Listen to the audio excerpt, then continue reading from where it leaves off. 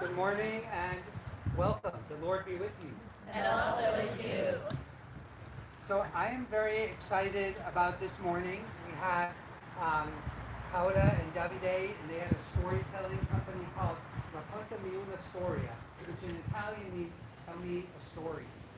Tiffany and I met them 16 years ago at a storytelling conference in Georgia, and had the opportunity, we were very impressed, and brought them to the church we served on Cape Cod 15 years ago. They have not done a U.S. tour since then. They are now doing another U.S. tour, and we've engaged them to do something here in Davis as well as up in Yuba City.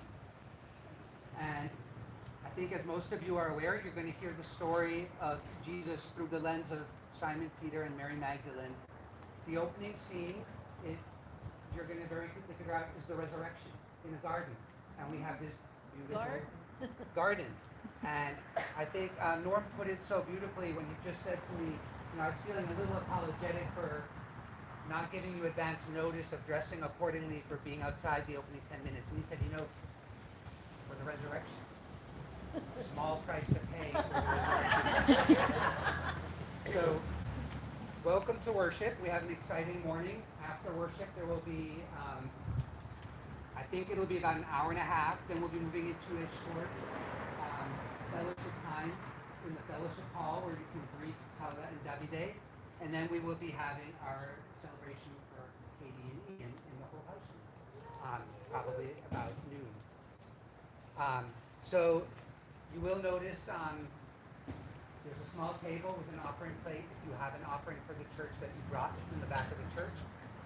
Otherwise, there's no communion today. I will be turning things over to Paula and Davide and enjoying the sharing of the gospel.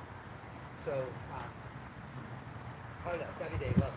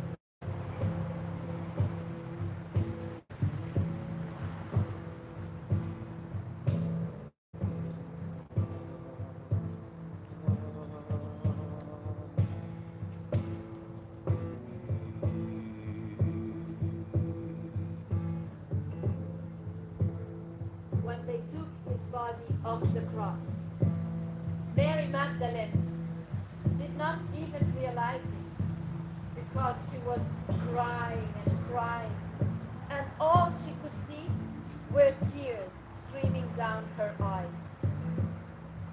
But then all of a sudden she heard a commotion around, and she lifted her head and she saw that the soldiers were taking his body off the cross. And in that moment, something happened that she did not forget until the day of her own death. Because she saw the other Mary, his mother, that up to that moment had remained on a side in silence. And now she stepped forward and she placed herself right at the feet of the cross. And the very moment when his body would have touched the ground, she knelt in front of the cross and she opened her arms like this. Like any mother would do when they are about to give her newborn child. But that woman, she hugged, she loved the lifeless body, the corpse of her son. Mary Magdalene, standing right beside her, went into a frenzy of panic. The sun was setting, the Sabbath was starting, and they did not have a tomb to lay his body. The Romans would throw his body in a common burial. She could not stand this. His body in a common grave. She looked around, seeking for an idea. Nothing. All their friends had left, the cowards. And then she saw, with the corner of her eye, a man coming forward. She had kind of met him before. He had been following them cautiously at the end of the crowd. But now he came forward and he said, I have a brand new tomb. I built it for my family, but I would be happy to give it to the master. And Mary Magdalene looked around, seeking for advice, but again, there was nobody there. Only the women had followed him all the way up to the cross. And so she replied, yes, let's put it there. And it were the women themselves who raised the body of Jesus and helped carrying it all the way to the new grave of Joseph of Arimathea. But when they got there, the sun was setting and disappearing at the horizon. The Sabbath was starting. There was no time for tears, no time for prayers, no time even for preparing his body with spices and oils, nothing. They wrapped his body in a rush, in a white sheet. They rolled a big stone in front of the entrance of the tomb. And they promised one another they would come back at dawn as soon as the Sabbath was over. He cried. He wept. He cried like he had never cried before. When Jesus died on the cross, Pietro, he did cry. And he cried as a man cries. As a man cries when his brother is dying. And he is not there, holding his hand in the moment that is the most important. Yes. When Jesus died on the cross, Pietro, he cried like he had never cried before.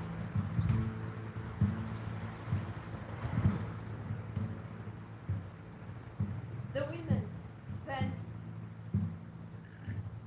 2 days, 2 nights, talking about their lives, how they were before, how they changed when they met him.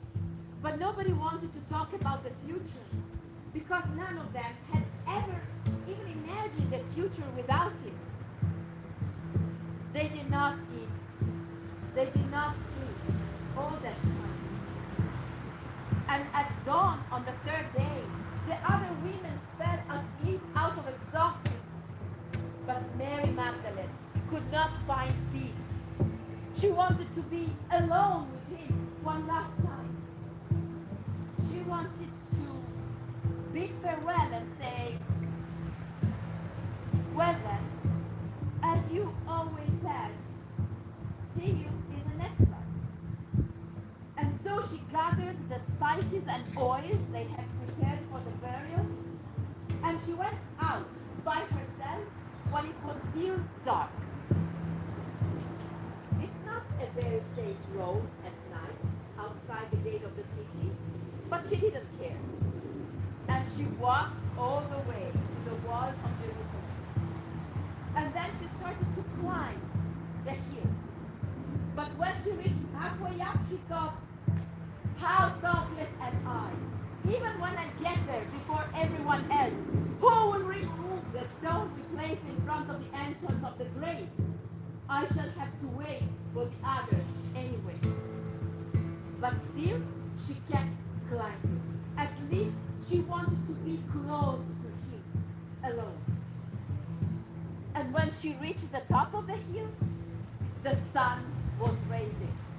The birds were singing, and the smell of the morning flowers was intense.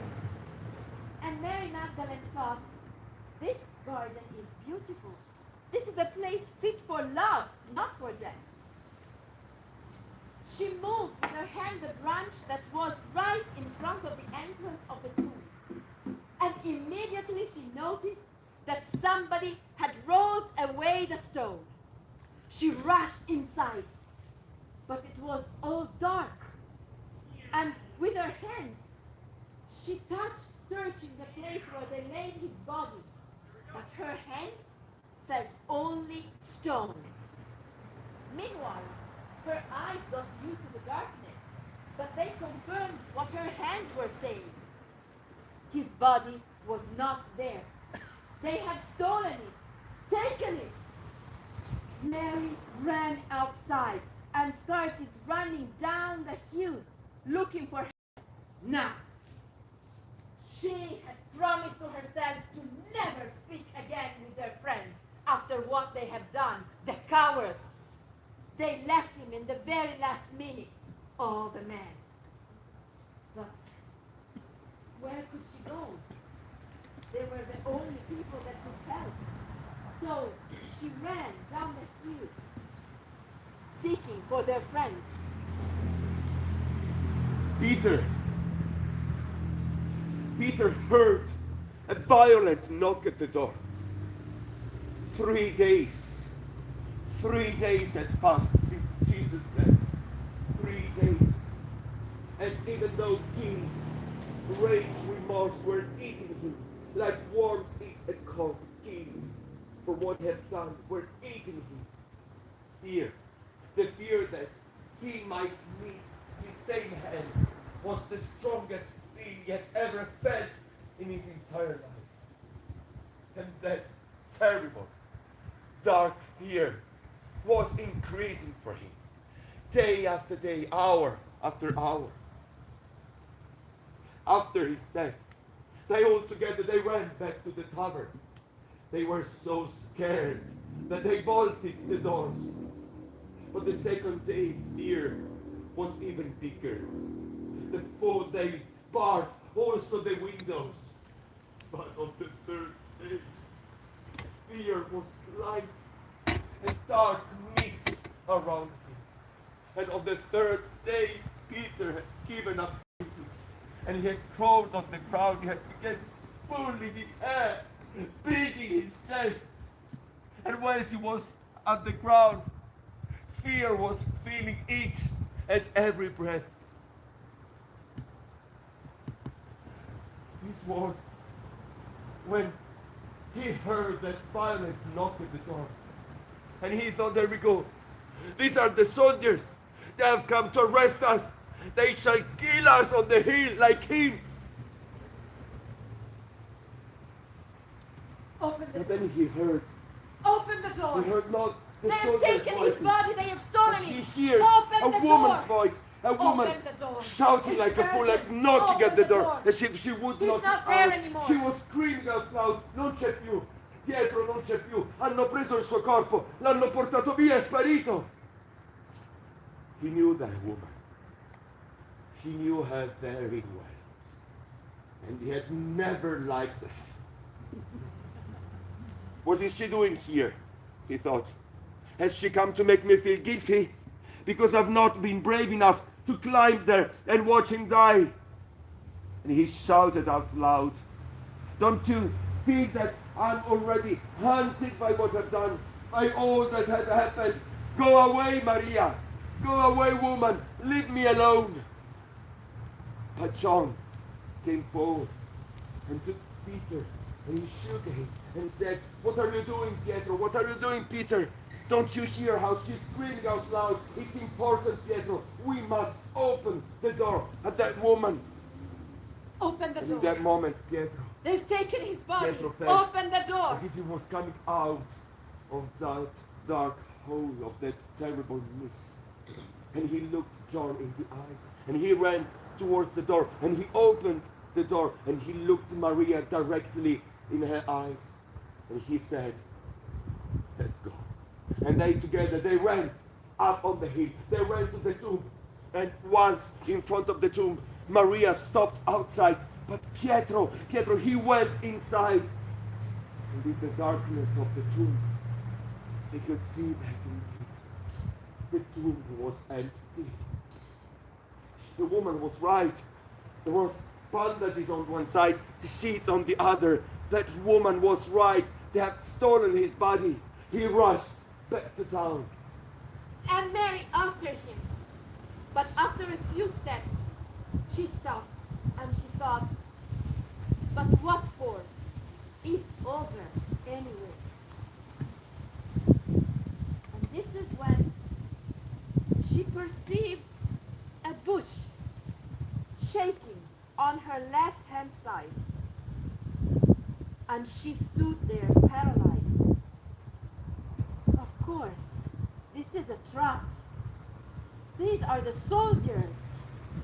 They have come here to arrest us all. But then she saw that from behind the leaves, a white tunic was showing. She calmed her breath and she thought better. No, wait a minute. This might be the gardener of this place.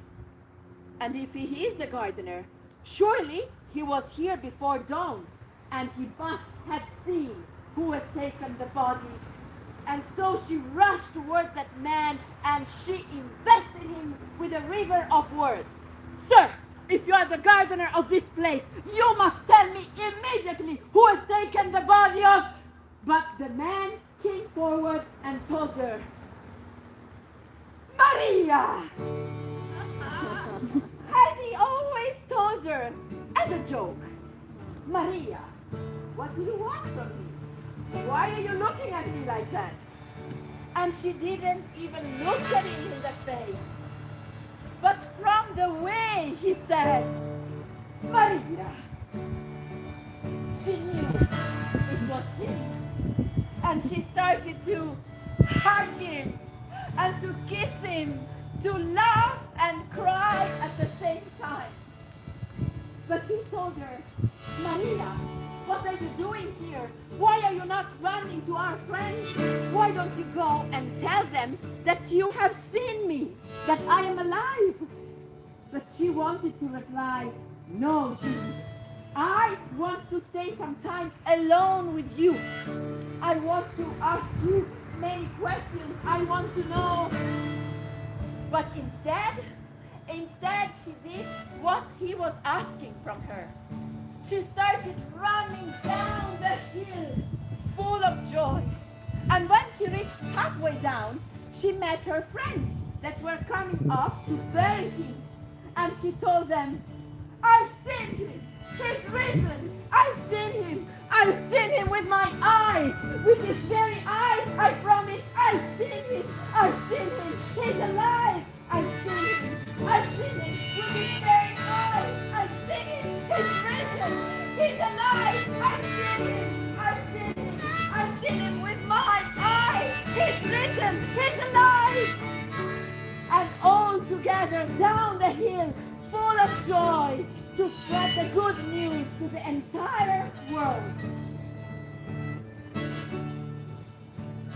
But in a time and place where the word of a woman was not considered reliable, even as a witness in a trial, they did not believe her at first.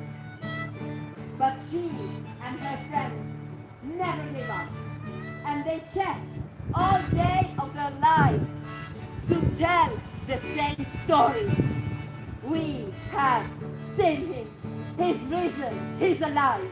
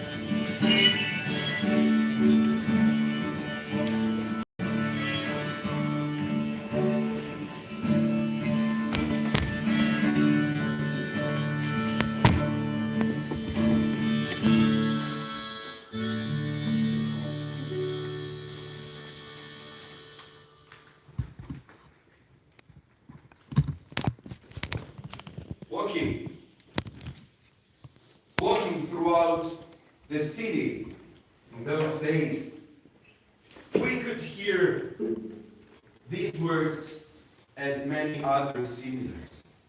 Words like, the Spirit of the Lord is upon him. He anointed him the Lamb of God. This man is the Lamb of God. The Lamb of God. I really do not understand why people give so much importance to those freak preachers. The Lamb of God.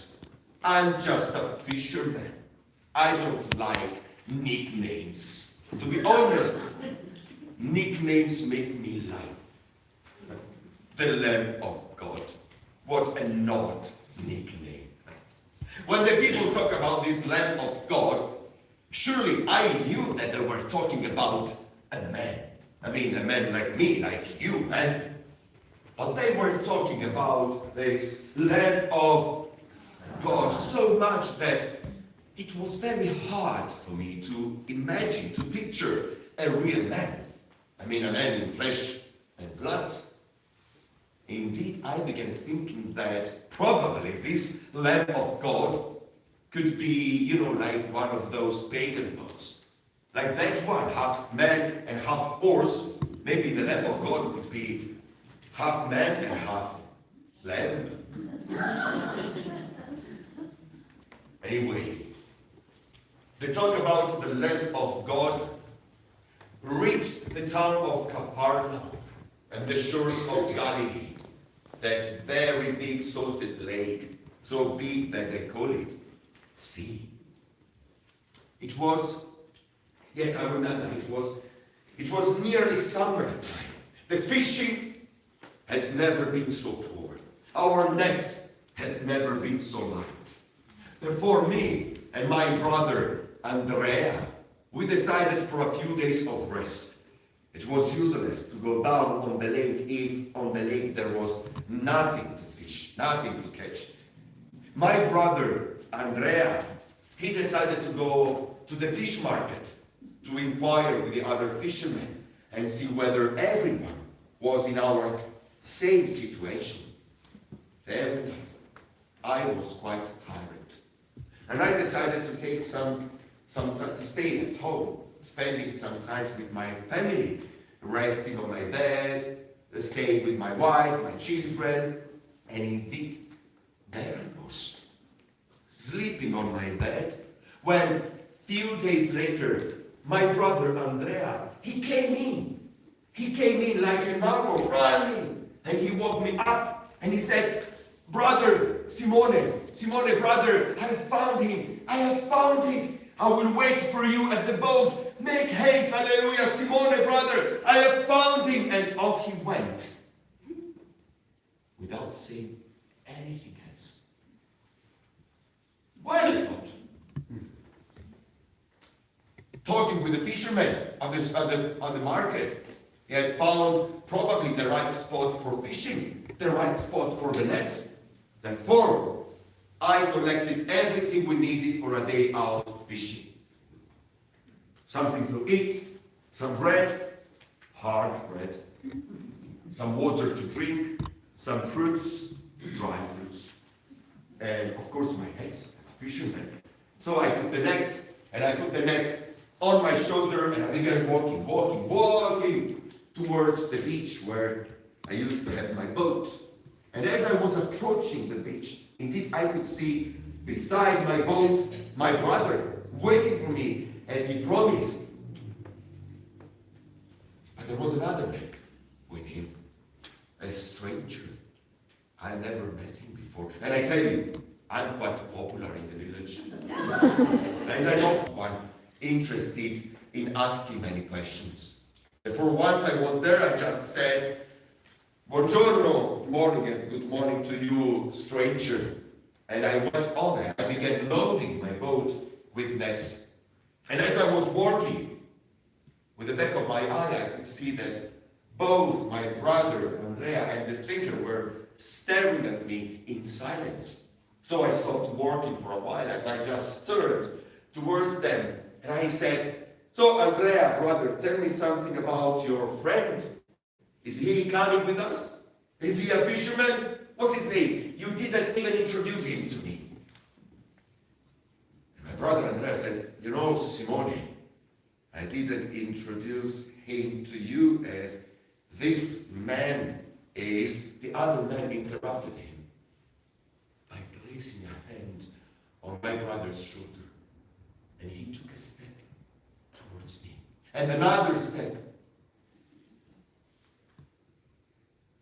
I tell you, he was looking at me as if I was the first person he had ever seen in his entire life. And then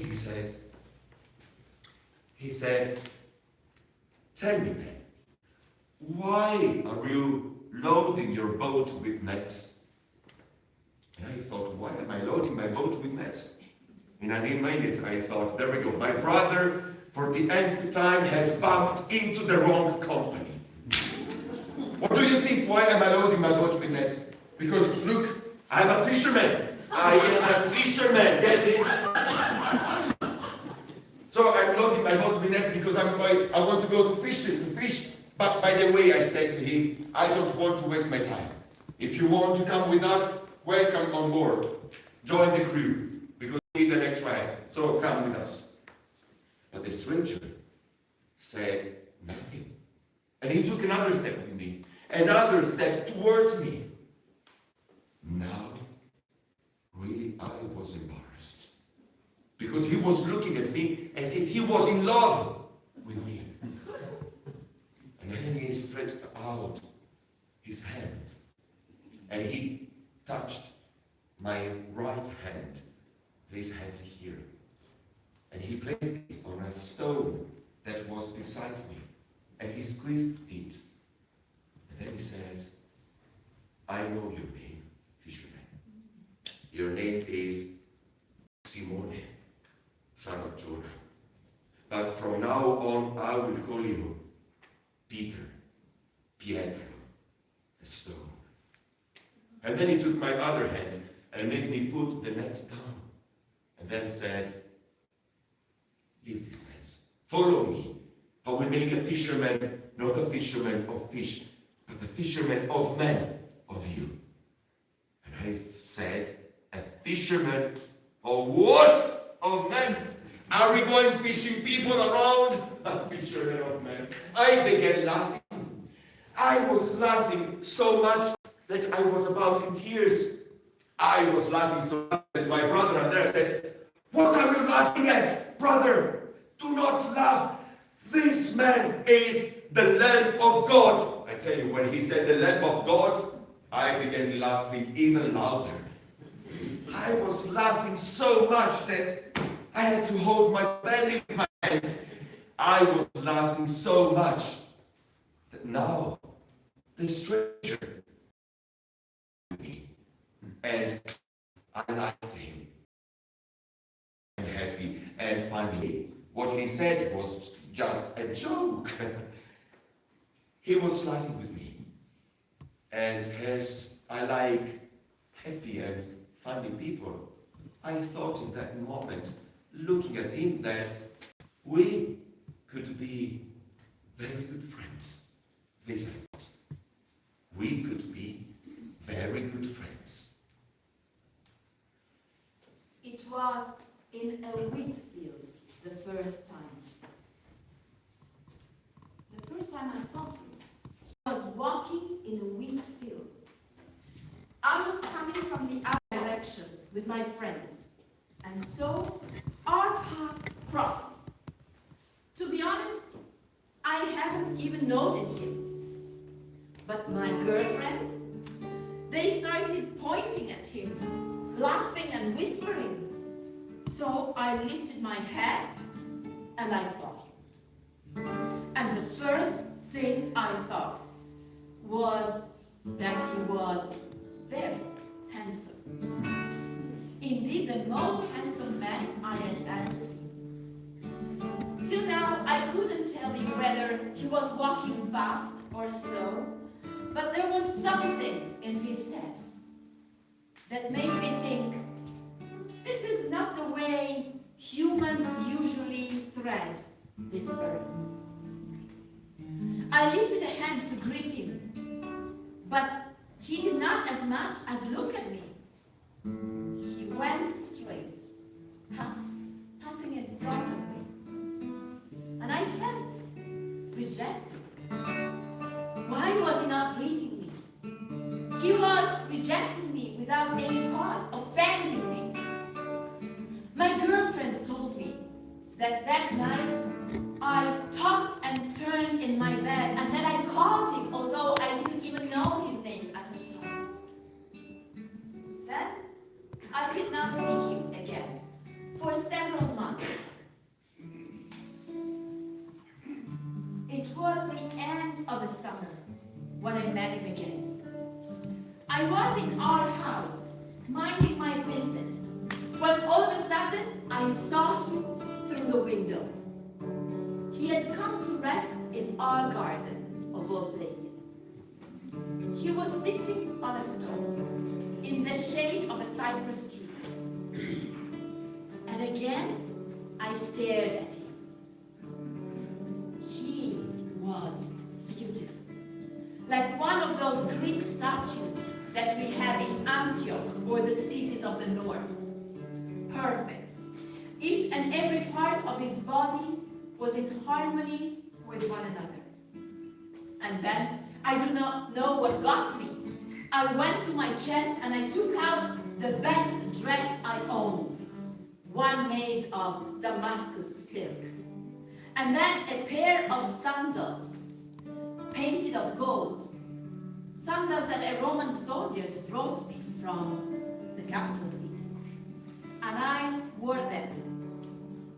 And dressed like this, in my finest clothes, I rushed downstairs and I reached the door that leads to the garden. But then I threw down my pants. I wanted him to think that I was passing by chance. I opened the door, I went to the garden. I pretended I was strolling and not seeing him. And when I was close to him, I said, "Good morning." And he replied, "Good day to you, Maria." How do you know my name? If last time he didn't even greet me. Anyway, I was so attracted by that man that I invited him immediately to be my guest. "Please, come inside and be my guest. I have wine and bread for you. Would you like to share these things with me?" But he did not make a move. He kept sitting there quietly. And I said, "Wouldn't you like to share food and wine with me?" And at this he replied, "Indeed, yes, Mary, but not now." I didn't get this "not now." So I insisted, "Please come to my house and be my guest. I have a silver basin to wash the dirt off your feet and a linen towel to dry them. Please come inside and be my guest." At this, he smiled and he said, "Mary, if you do not want me to sit in your garden, tell me and I will go." Sometimes men do not get what women want to say. So I sat next to him and he looked at me in the eyes and he said, "Mary, you have many men, but remember, I alone love you." Really, he said that. The first time we meet, he said, "I love you." And I kept sitting next to him, and he continued, "The other men love in you something that will fade away sooner than their own days, whereas my love shall never falter, because I love what is unseen in you." Well, at this, I felt such a warmth in my heart that I almost shouted, "Please, come and stay with me." again. He did not move and repeated, I love you. I alone love you for what you are. And at this, it was as if a bright dawn was taking away all the stars of a dark night. I felt as if I was born again, Maria.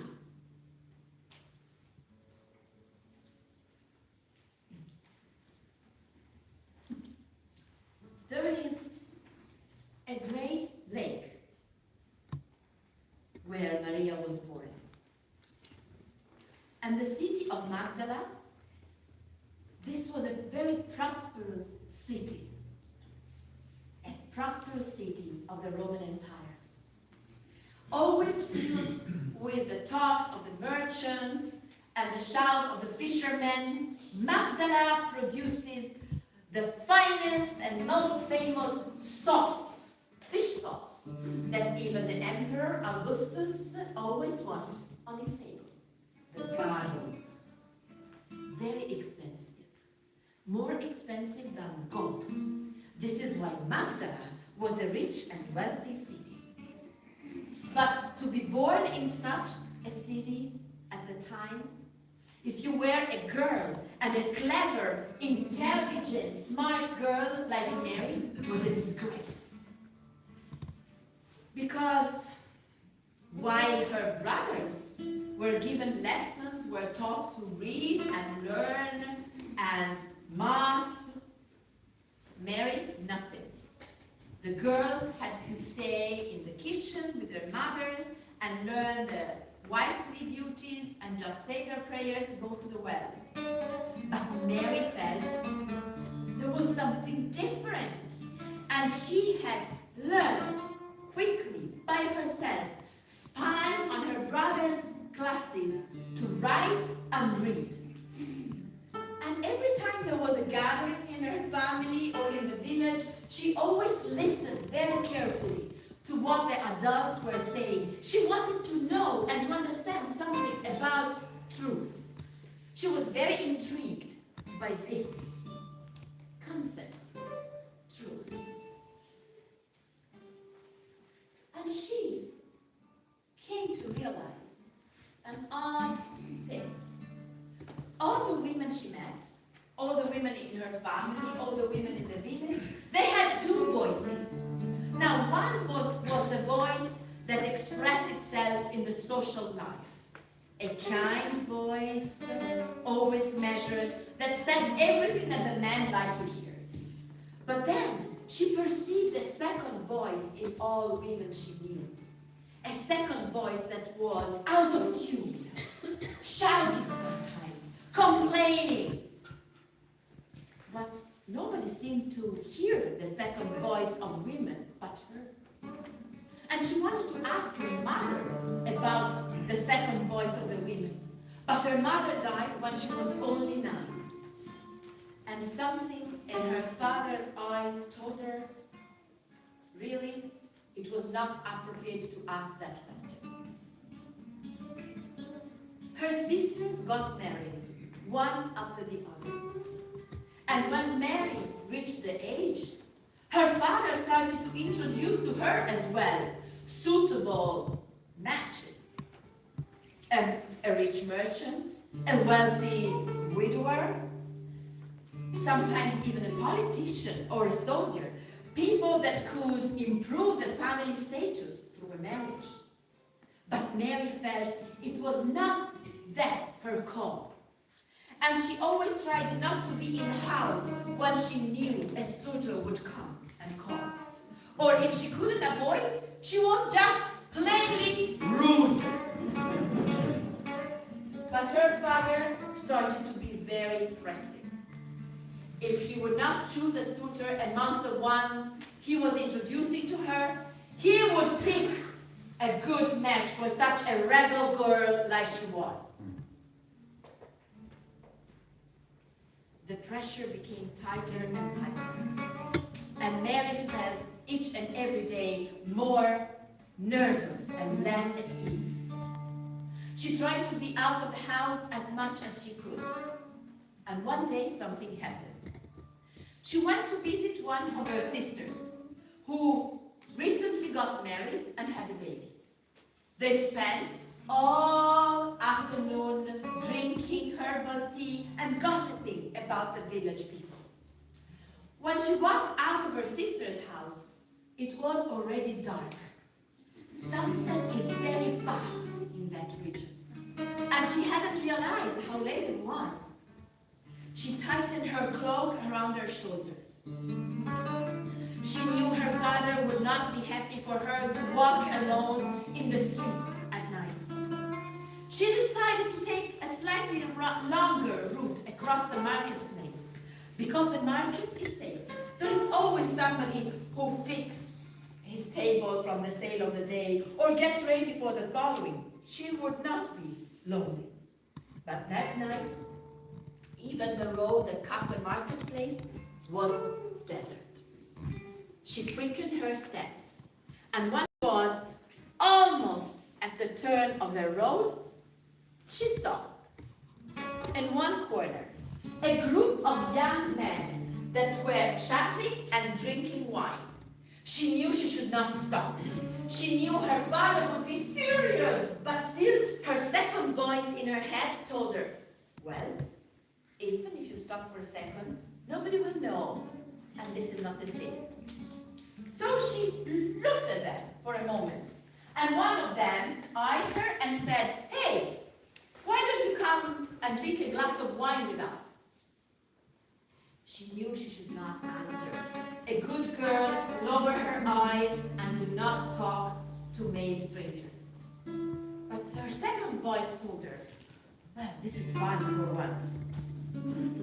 Oh no. And she replied, and what are you celebrating? And the guy answered, well, the new moon. Come and have a glass of wine with us. And her second voice told her, this is your chance for once to do what you will. And she joined them. And really, they did not do anything wrong. They drank a glass of wine, and they chatted a little of the people they knew in common in the village. But when she reached home, her father was mad. A rich suitor had been waiting for her for hours. Now, the voice would spread throughout the town. Mary was not a serious girl. Mary was going out alone in the town. Now, nobody would want to marry her. Mary did not even try to excuse herself. She did not try to apologize. She kept silent and she walked to her room. But from the day after, she started a double life. She woke up and she was a normal, average Jewish girl. She said her prayers, she helped in the kitchen, she went to the well to fetch the water. But in the hottest hour of the day, when everyone was dozing, she would sneak out of the house and go and reach her new friends, the ones she met at the marketplace. And among them, there was one she loved the most. His name was Stephen. He was a foreigner, the son of a Jewish woman and a Greek teacher. Her father would never allow her to marry him, a Gentile.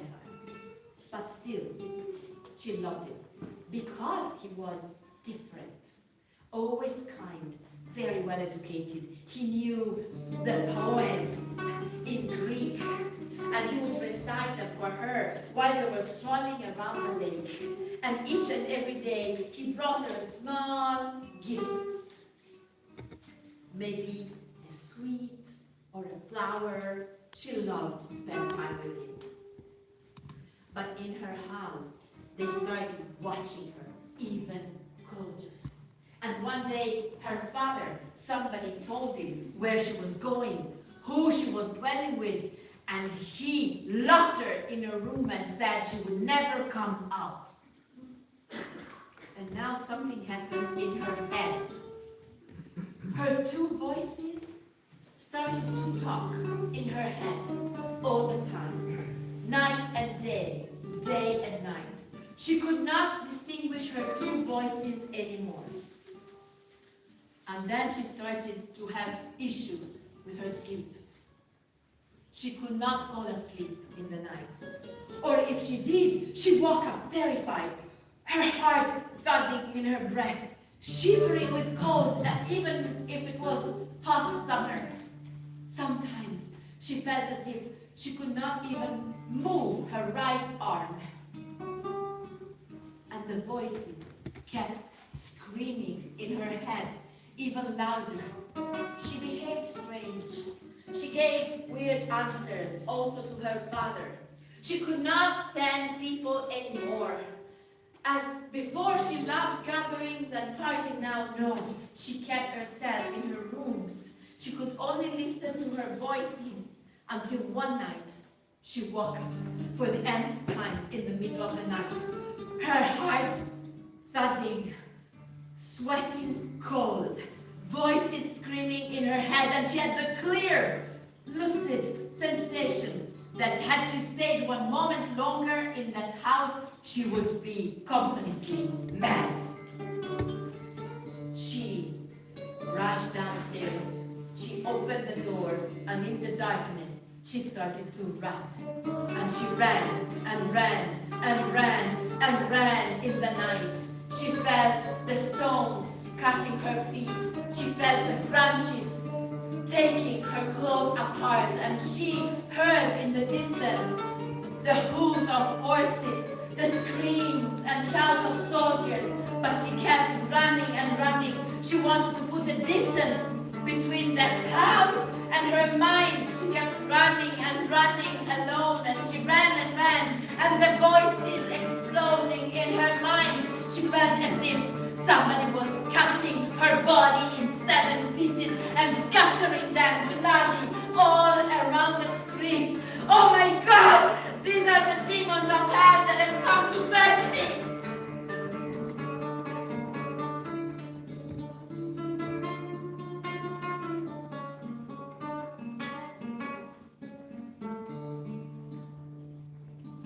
When I came to my senses, there was blood on my tunic.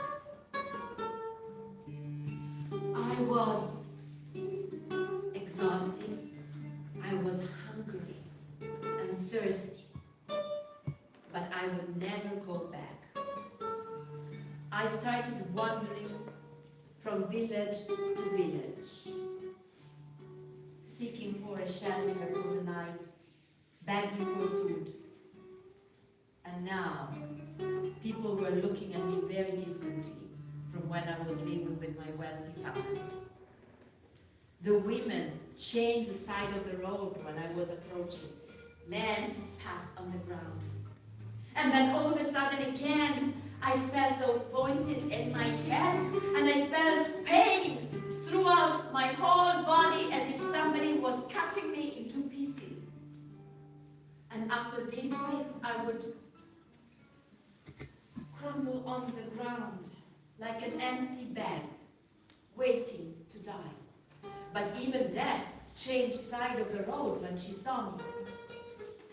Until one day, as I was there, shaking as if with a fever, hearing voices in my head, a woman approached me and stretched her hand towards me. And I took her hand. And her hand was, it reminded me of my mother.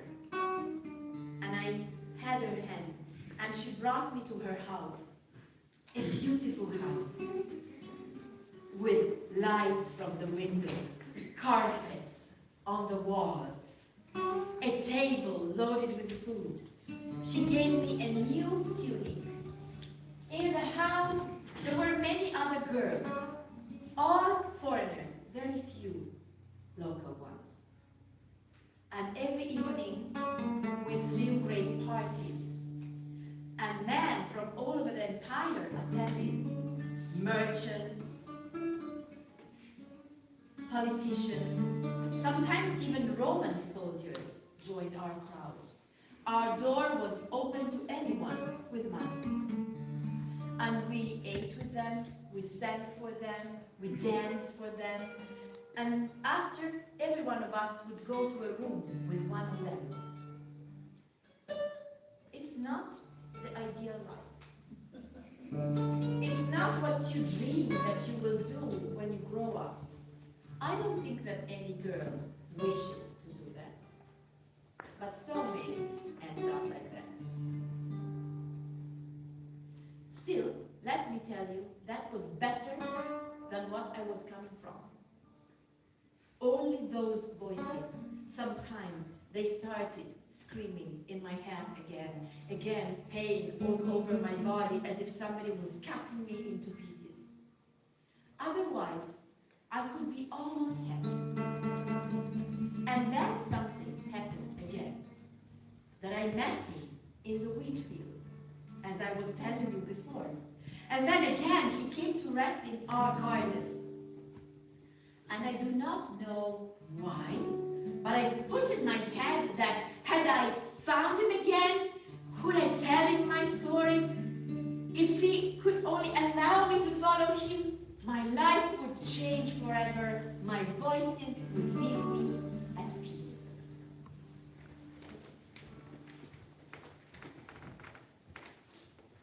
Simone. Everybody called me Simone.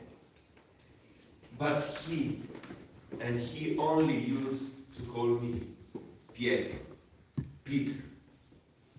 And from that morning on the beach, I never left him again. I was his best friend. Everywhere he went, I was with him. And whatever he did, I did it with him. Still, it wasn't that easy to be with him. Following him, supporting him, pleasing him.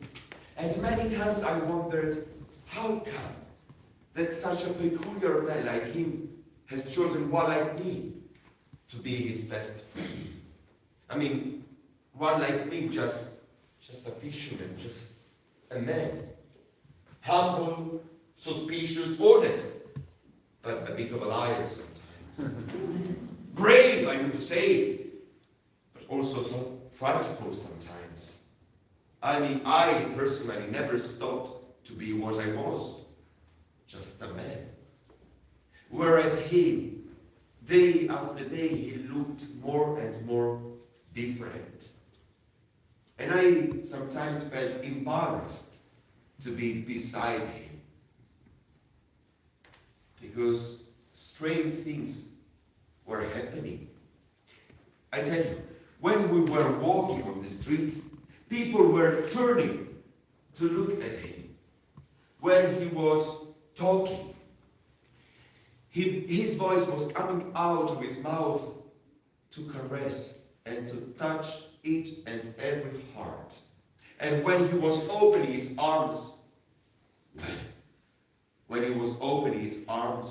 it was as if sunlight was there only to light, to shine on him. And he also began to behave in strange ways. And he began doing things that were completely unusual. They were not normals, but the fact is that he was doing them as if it were normally ordinary stuff. But I tell you, those were things that, as we say in my village, ti lasciano a bocca aperta. They leave you with your mouth open, like this. For instance, one day we were all very tired on the beach. We had been out fishing all night, but as unfortunately it quite often happened, our nets were empty. We didn't fish anything. But, so the following day, I tell you, we were, all together, me, him, our friends, all together sitting on the sand beside my boat. So imagine frustration, after such a bad fishing was heavy on us. Someone was walking on the beach, some other was throwing stones on the water. I personally was sitting beside my boat, leaning with my back against the wood of the boat, when suddenly I felt a hand upon my shoulder, just like him. He always put a hand on your shoulder when he wanted to talk to you. And he said, Peter, I have an idea. Why don't we take your boat and we go out fishing? Now I tell you, don't laugh, because I cannot even write and read. But if there is something I'm good at, this is fishing. Because I am a fisherman born and bred since I was a child. And it was crystal clear that that day we couldn't catch a thing. So I just said, I said, go and take somebody else for a fool. You are completely crazy, I said. But when my words went in one ear and out the other, and he was already standing on board, waiting for me with that disarming smile on him. When I took the ropes and I brought him fishing, and I tell you, I spent years and years, I spent my entire life on a boat fishing. But I've never seen so many fish like that morning. The nets were filled with fish. We had so many fish that fish were jumping from one side to the other. And the boat, for the weight of the fish, was about to capsize on one side. And from the river, our friends were waving their hands, saying, "Great Jesus, well done, Jesus, a great fish, come to the beach." And I was rowing back to the river. And once there, our friends, they began showing all their enthusiasm. They were hugging him and saying, "Well done, Jesus." They began to pull the nets and the fish overboard on the sand. But there was just one thing I could think of. I was wrong. I had been wrong. I told him he was crazy. He was not crazy at all. I thought that he was very, very lucky. This I thought. Very, very lucky. That was a perfect example of beginner's luck. I began to change my mind a few times later, when one day at sunset, we got to the foot of a mountain. One of those rocky mountains that you can find where I live, without trees, only sand and stones. So at sunset time, we got to the foot of that mountain.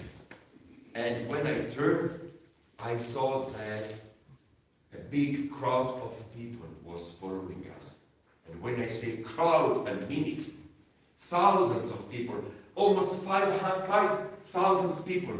There were children and old people, women, men. But even it was almost sunset time, at the foot of the mountain, Jesus, he just stopped walking. And he turned towards the crowd of people and he began talking about this, talking about that. And I could see with my eye that the sun was going down and down behind the horizon. And I thought, it's dinner time. If they are hungry, we don't have anything for them. So I approached Jesus and I said, "Oh, look at the sun. It's almost time for dinner. So stop talking now and send them home, because if they are hungry, we will have nothing for them." And Jesus said, "Pietro, what do you say? If they will be hungry, we shall give them something to eat." And I thought, great sense of humor. But I told you, Jesus, we have nothing for them. Look, we only have 5 loaves and 2 fish. How do you think? Well, we have something, he said. Come on, bring me here what we have, the loaves and the fish. I pleased him, as one would please a child. I went and I took the basket with the fish and the loaves and I brought at his feet. But then I said on a side, I was very curious how he would get out of that strange situation, that lucky man. I saw Jesus that he made this movement and everybody sat down in the sand. And then he took the loaf and the fish and he raised it towards the sky, blessing them. And then I saw that he waved his hands. And our friends, they surrounded him. I couldn't see clearly because our friends were around him. I could see that Jesus began taking from the basket bread and fish and bread. And our friends were passing bread and fish to the crowd of people, to each and every person. But they kept on taking bread and fish and bread and fish and bread, until everyone had more than enough. Until everyone was fed enough. My mouth was. And he said, "Oh, sorry, Pietro, what a waste. And now, what shall we do with this?" And I looked at his feet, and I saw that now, at Jesus' feet, there were 12 baskets. 12 baskets of leftovers. Well, from that moment on, I stopped thinking he was either crazy or lucky. I didn't know exactly what he was, my best friend, but I could feel that he was not like an average man. I could sense that he was special with it. That very night, Jesus told us to take the boat and to go on the other side of the lake and wait for him the following day. And I followed his order. And I took the boat, and with all our friends, I began rowing. And as I was taking the sea, I could see him walking alone up on the mountain. And the further I went, the smaller he became. And I could see him walking alone on that rocky mountains with his white tunic. And I thought I should have gone with him to protect him. I'm stronger than him, big muscle. And I should have gone with him to protect him. He could be in danger in the night. There are thieves, murderers. I thought I should have gone with him to protect him. But I was not with him. I was on my boat, following what he said. And I was rowing the boat with my friends. The following day at dawn, something terrible happened. Because the sea began to move, to shake, and the waves were higher than our boat. And a terrible storm broke in again, like I've never seen in my entire life.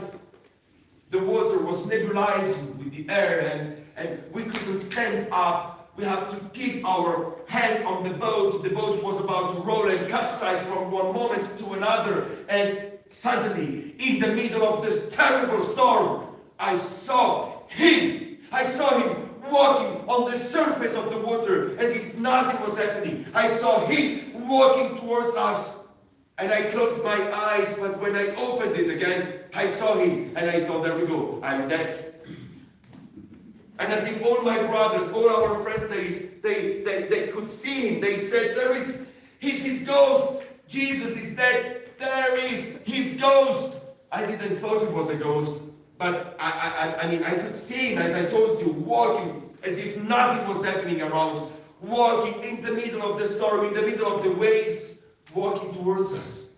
I shouted at him, and I said, because he was saying, it is I. Do not be afraid, it is I. And I shouted and I said, if it's really you, why don't you invite me to walk on the water like you, with you? And he just said, Pietro, what a question. If you want to come here and walk with me on the surface of the water, stand up and do it. And when he did this, the wind stopped blowing.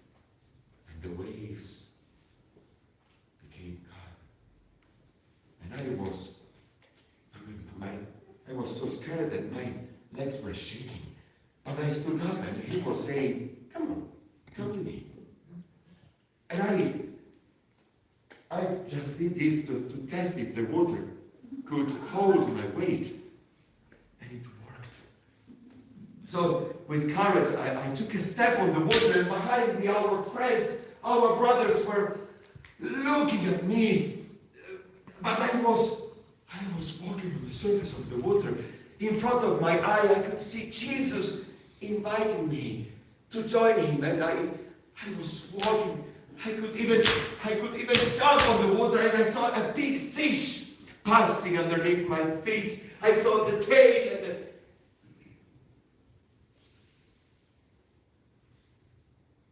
and then a very stupid thought crossed my stupid mind. Like the majority of fishermen, I cannot swim. And it was Jesus that grabbed me from the water and brought me back on the boat. He was holding my forehead as if I was puking and vomiting overboard. And he said, "You man of little faith, why did you doubt?" And I coughed, and the tension released on our boat, and all our friends, they began laughing and mocking me. But I was not laughing at all. I was crying. And I dropped at his feet and I said, "Scusami, Jesus. I'm so sorry, Jesus. I'm so sorry, Jesus." This I said. And from that moment on, I thought, crazy is not him. Crazy is the one who doesn't trust him. Never trust any man. This is the rule number 1 when you do my job. Never trust any man. But from the first time I saw him, I knew I could trust him. I knew I could put my life in his hands. And I wanted this so much. I took my decision and took my leave from the woman who saved me and the other girls in the house. I was determined and resolved to find him. They tried to reason with me. Listen, we are hearing that somebody considered that man a prophet. Now, if he is a prophet sent by God, do you know what prophets think of people like us? They think we should be stoned to death. And if this will happen, you shall not come to cry here, because it would put us all in danger. They were right. I knew they were right. But still, I thought it was worthy trying. I took my leave, and for the second time in my life, I went wandering in the streets. And I was asking everyone whether they knew where he was. Everyone knew him by now, but nobody knew exactly where he was going. But I didn't give up. I kept looking and searching for him for day after day. And in the days I was looking for him, I rehearsed in my mind a great speech to deliver to him.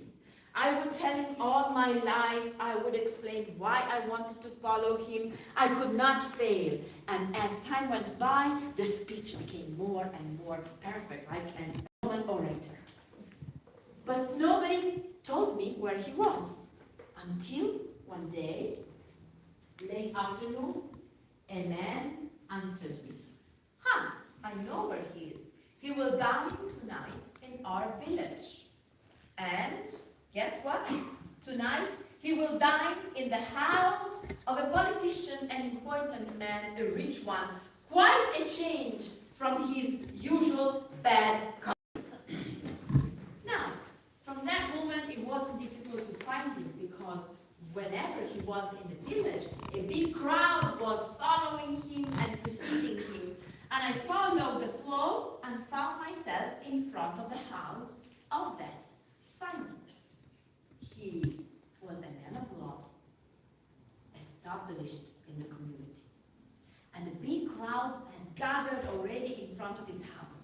Now, in our country, the doors are always open when there is a banquet.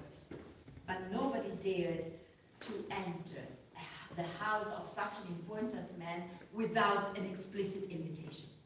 But I had been searching for him all these days. I could not miss this opportunity to talk to him. So I started to push, to squeeze myself in order to find a way to cut across the crowd and enter the house. And eventually, the pressure itself of the people threw me inside the room. And there I was, alone, not quite, the only woman in the middle of man banqueting. And he was there, indeed, Jesus, lying down and eating in the Roman way. He looked at me. And now, all the wonderful speech I had prepared, nothing. Not a word. My mind was blank.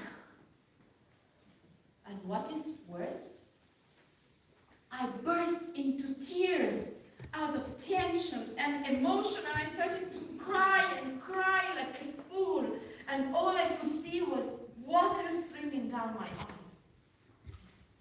But it could get even worse than that. My knees gave away, and I found myself crying and kneeling in front of him, and I could not stop. I realized I was wetting all his feet with my tears. I was so embarrassed. I didn't know how to get out of that situation until I had a thought. Really, a stupid idea, but the only one I got.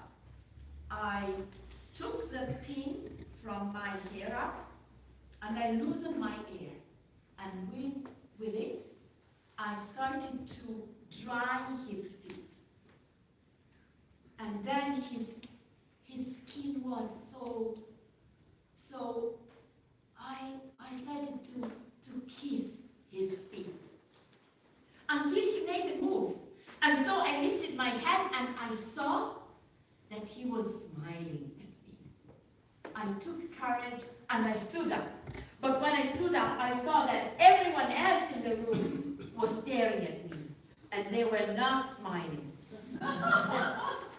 Somebody clearly took the pain to tell the owner, the host of the banquet, what kind of woman was I. And now he was clearly thinking, there we go. This is the answer that everyone is looking for. If this man were a prophet sent by God, he would know what kind of woman is this, and he would never let her touch him like that. But Jesus stopped the course of his thoughts and said, Simon, can I tell you a story? But the man replied, yes, master, please.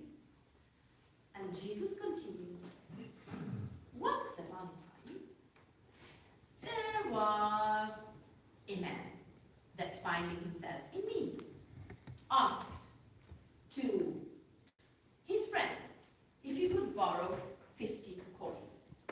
The friend was rich, he lent the money. But now you know, to the very same friend, another one asked to borrow 500 silver coins. The time went by, and as it happened sometimes, none of the debtors could find the money to give back. So one day, the creditor calls both of them and says, you owe me nothing. Your debts are cancelled. Simon, which of the two do you think would have been more grateful? Well, the host thinks for a moment and then he says, of course, master, the one who owed him 500 coins because he had a bigger debt cancelled. And Jesus replies, indeed, it's obvious. But Simon, did you see what this woman had just done? When I stepped over your threshold, you did not welcome me with a basin to wash the dust off my feet, as it is polite. Whereas this woman, she washed my feet with her tears and dried them with her hair. Simon, when I came to your house, you didn't come forward with a kiss of welcome, as it's custom. Whereas this woman, the moment she stepped into your house, she had not stopped kissing my feet. So now, let me tell you, the ones who think they are perfect already, they will never commit to love. But the ones who have much to be forgiven for, they will be the first one committed to love.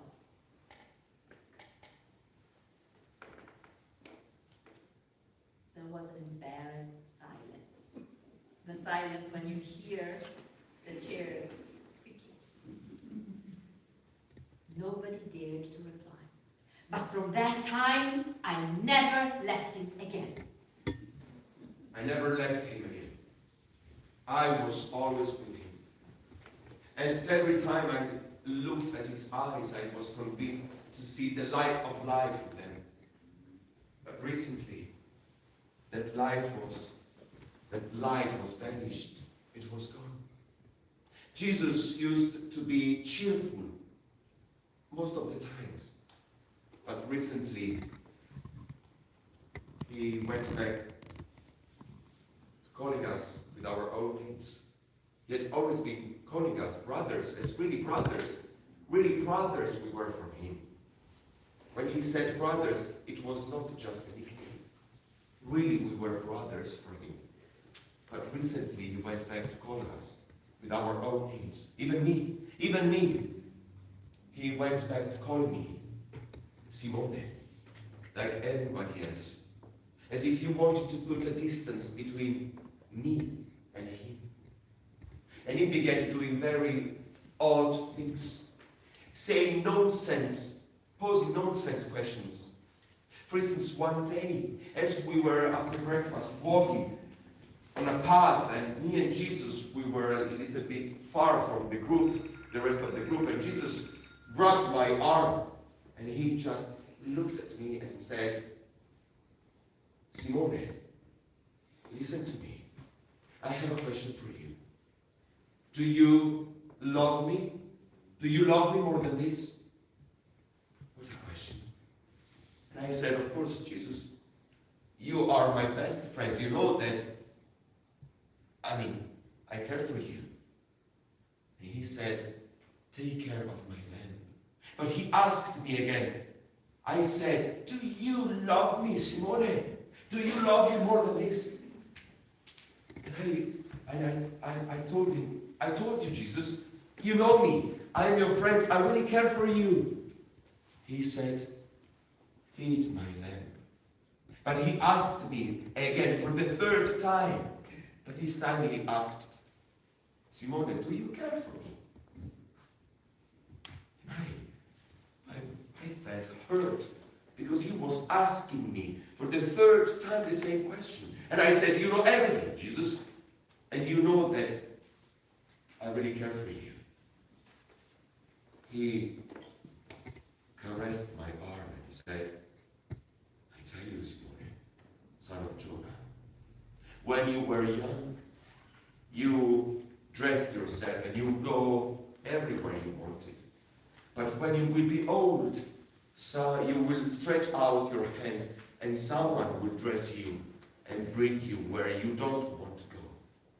And then he said, sit with me. He said, follow me. And after a few days, we were, after dinner, gathering in a circle. And I could see him. He looked in trouble. He was putting his hands on his face. He was shaking his head. And then suddenly he stood up and he began saying nonsense things. He was asking us, who do you think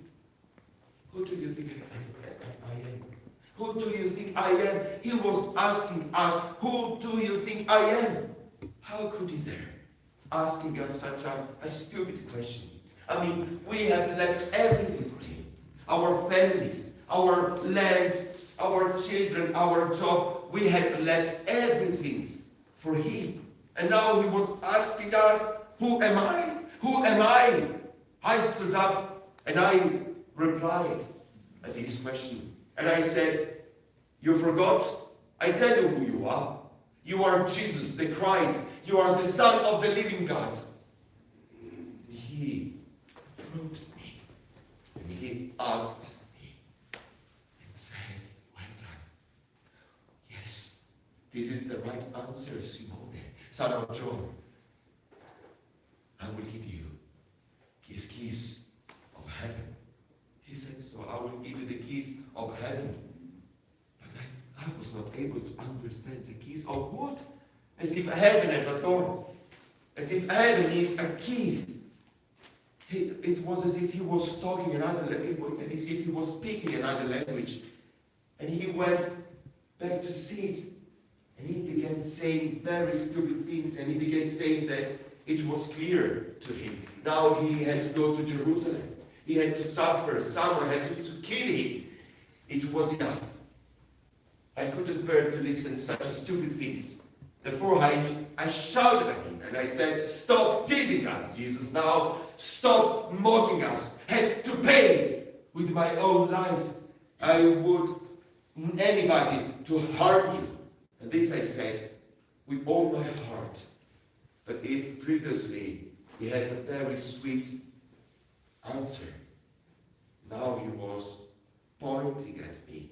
And he was shouting at me. And he was saying, get behind me, Satan. You are an hindrance to me because you are setting your mind not on the law of God, but on the law of man. The law of Moses tells us we need to stone her to death. What do you think? We were appalled. This was a trap. Clearly, a tricky question. Any answer would have been wrong. They would get it. It had all happened very fast. For once, we had nothing to do, and we were enjoying the sunshine in the square, chatting with one another. I had excused myself and gone along the river to find a good spot to do our laundry. But as I was wandering along the river, I had met a young man, a young boy. He was picking up stones from the river bank. And now, this reminded me when I was living in Magdala, and I used to collect stones from the lake. I had an entire collection of beautiful stones. So I picked some that seemed beautiful to me, and I offered them to the young boy. But he turned them all down, and he said that his father had recommended him to pick a sharp stone for a job for grown-ups. I didn't think twice about it, and I went my way. When I came back to the square, our friends were still there. It was hotter now, and they were in the shade of the houses. When all of a sudden, we heard a commotion coming from the bottom of the road right in front of us. And we see a crowd of people coming fast towards us.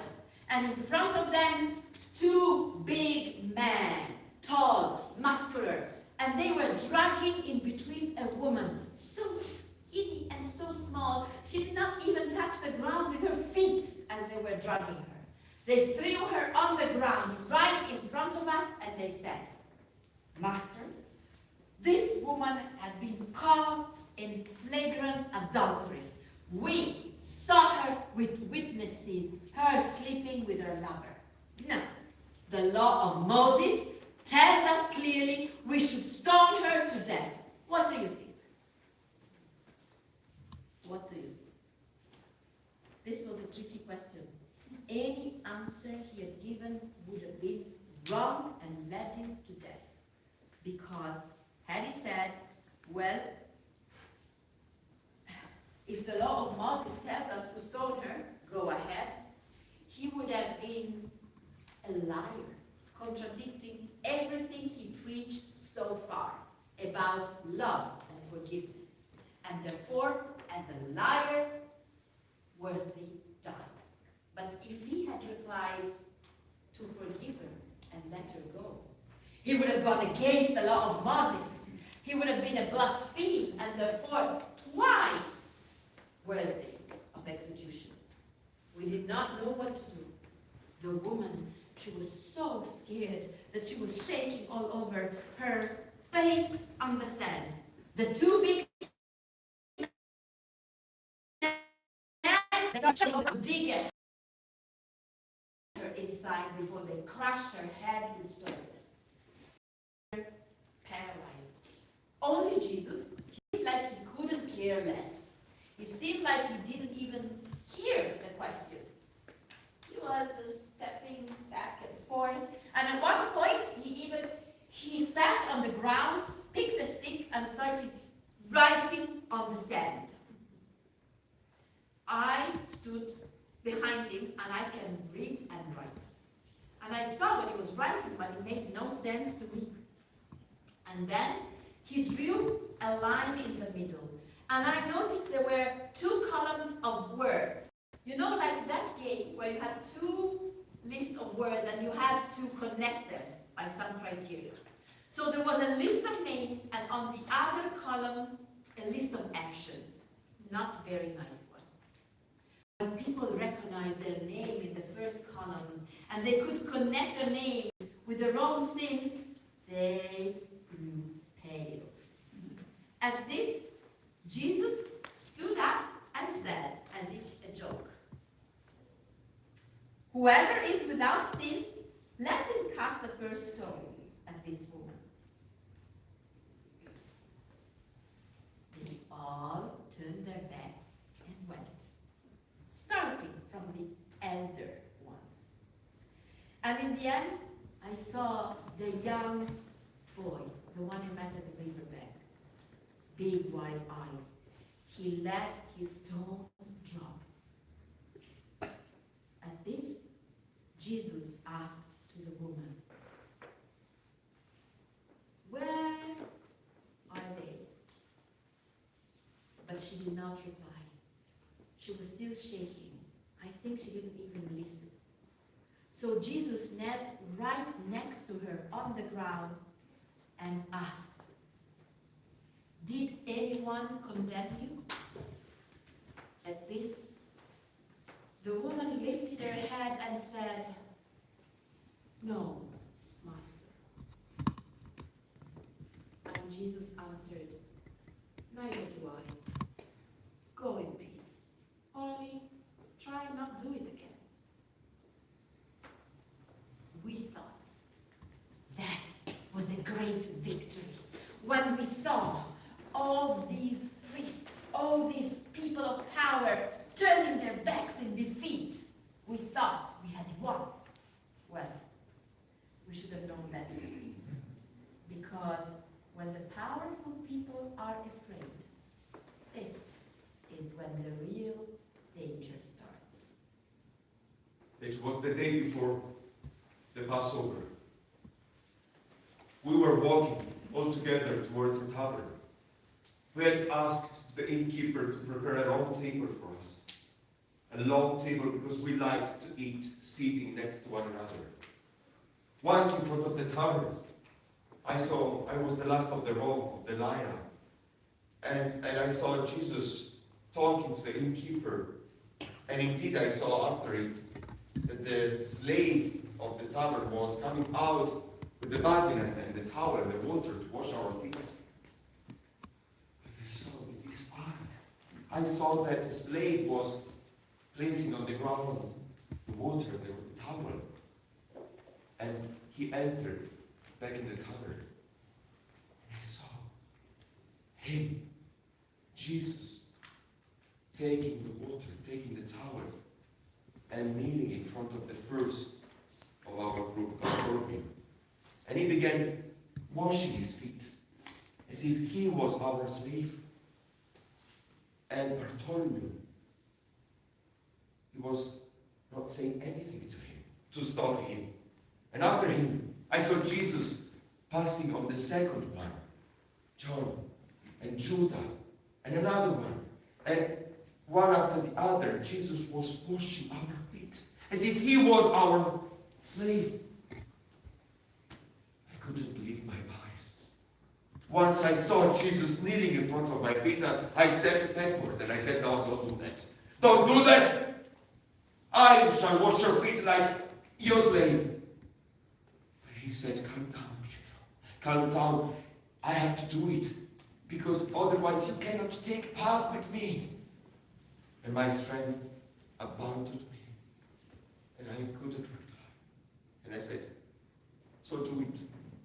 But if you wash my feet, then you have to wash my legs. And then you have to wash my body, you have to wash my face, please, I said to him. And he began washing my feet. And I could feel his touch. It was like a burning flame upon my skin. He was washing my skin as if he was my slave.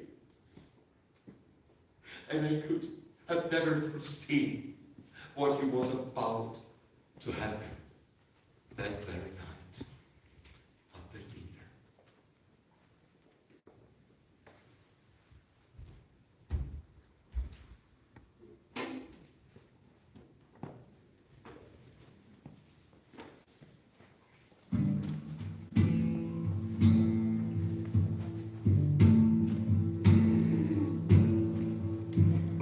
Poterti smembrare coi denti e le mani, vedere i tuoi occhi bevuti dai cani, di morire in croce, puoi essere grato a un brav'uomo di nome Pilato. We want to torn your body into pieces. We want to see your eyes drank by the dogs. You can be grateful of dying on a cross, grateful to a good, merciful man called Pontius Pilate. Si muovono curve le vedove in testa, per loro non è pomeriggio di festa, si serrano le vesti sugli occhi e sul cuore, filtrata dai veli d'amore. But the women, they don't think so. The women and the widows first, they are in pain. They are tightening their cloaks, and you can see the pain in their faces. Fedeli umiliate da un credo in mano, levo le schiave già prima di Abramo, riconoscenza, ora soffro la pena di chi perdonò a Maddalena. The women, they cannot forget they have been following a religion so far that always treated them like slaves. But since they met you, they are not forgetting how you forgave Mary Magdalene, how you kept her with you. Mary Magdalene tightened her cloak around her shoulders, but she felt no comfort. It was a cold and rainy day, but it's not because of that. She crossed the gates of the town, and the towers of Jerusalem that usually stand shining in the sunshine at that hour, that day, they were standing there like two giant snakes watching over the city. Mary Magdalene went through the gate of the town, and she started climbing the hill. And she felt strange because she hadn't met anyone she knew. Where were they? All the people that had been following them, all the people that had been singing Hosanna a few days before when they crossed that very same door to enter Jerusalem. But in her heart, she knew the answer. They were afraid because the Romans used to execute the following day the people they saw crying for the people executed.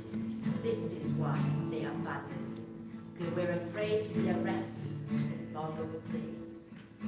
But Mary Magdalene did not care.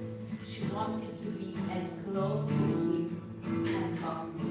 And she kept climbing up the hill.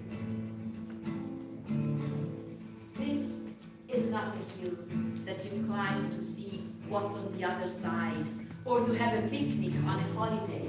This is a hill that you climb only for two reasons, either to die or to watch somebody else die.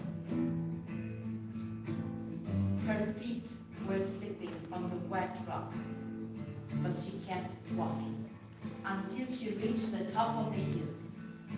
And when she reached the top of the hill, she saw a group of women that she knew, but she didn't greet them.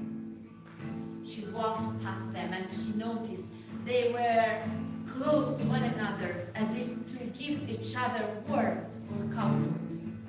She stepped forward. She wanted to be as close to him as she could. And she was welcomed by the soldiers. Here we go. The court of the Jewish king is complete. Here we have his harlot. Well, Mary was not the type of woman that did really care about what people were saying right now. She kept walking until she saw the wood of the cross. Only she could not lift her eyes. She did not want to watch him die. But she listened. And she heard his breath. He was still alive. And all of a sudden, it seemed to her that he was gathering his breath as if he wanted to say something. She ran forward. She felt two spears pushing her back. She looked at him and she saw his body covered in blood with blue marks all over. The color of death already on his skin. And he spoke for real, but he didn't address her who had just arrived.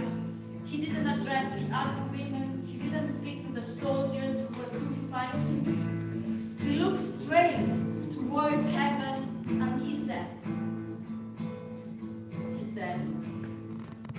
Father, forgive them, because they do not know what they are doing. Mary Magdalene thought she didn't hear well. No, Jesus, I didn't hear you ask forgiveness for these hypocrites, these murderers. God, Jesus is in the agony of death. He does not know what he's saying anymore. Listen to my prayer instead, and remember, you shall never, ever forgive for that. I denied him. I disowned him. I denied him. He had told me, Gabriel, this very night, before the rooster crows, you shall deny me 3 times.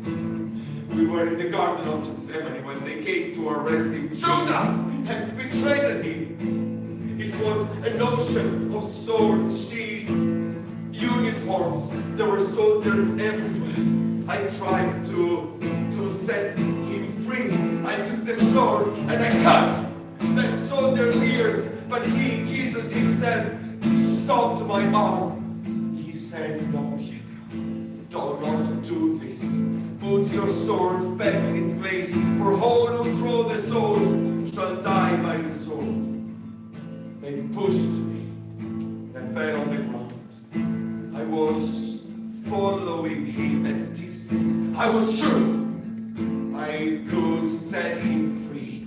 But once in the temple, an old woman told him, I recognize you. I know you. You are one of his friends. And I shouted at that woman, what are you talking about, woman?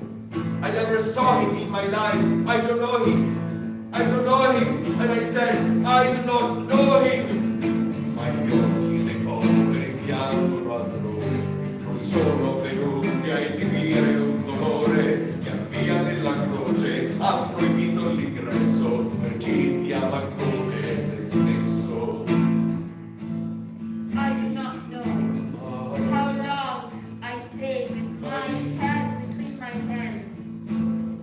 But when I lifted my head again, he was still alive.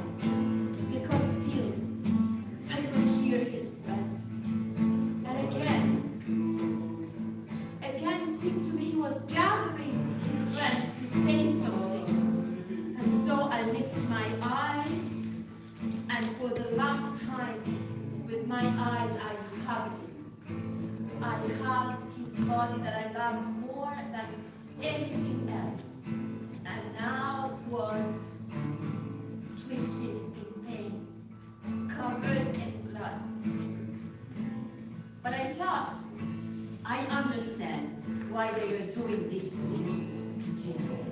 Because they envy your beauty, they envy your grace. And in that moment, he spoke again. He said something to one of the two crucified next to him, but the wind blew away his words. And then again, he was gathering his breath. And again, he spoke, but he did not speak to me. He did not speak to the other women. He did not speak to the soldiers. He looked straight towards heaven and he said,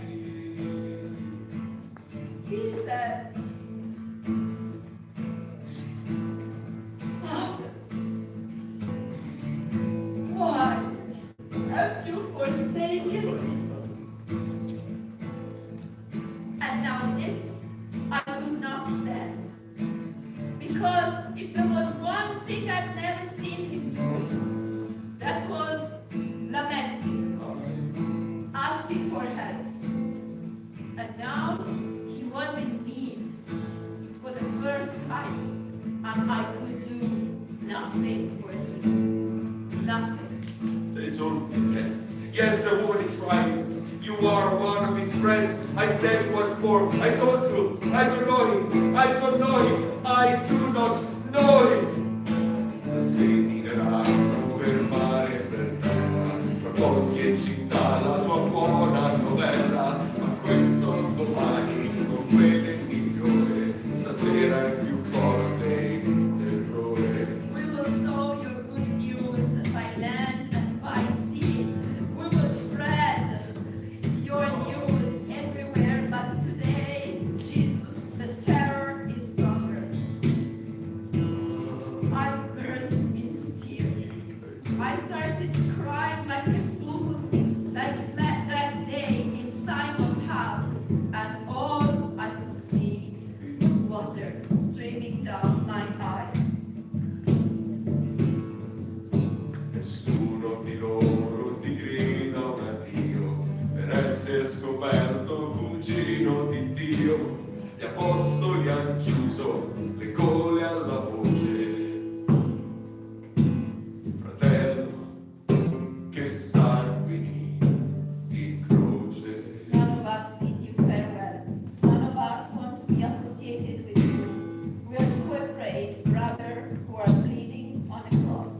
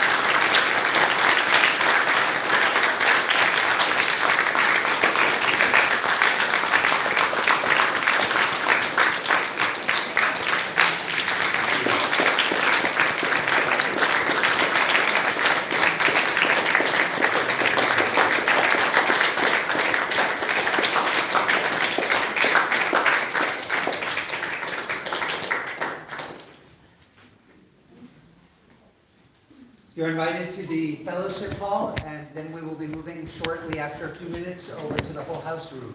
And Paula and Davide, I invite you to join me here to greet people.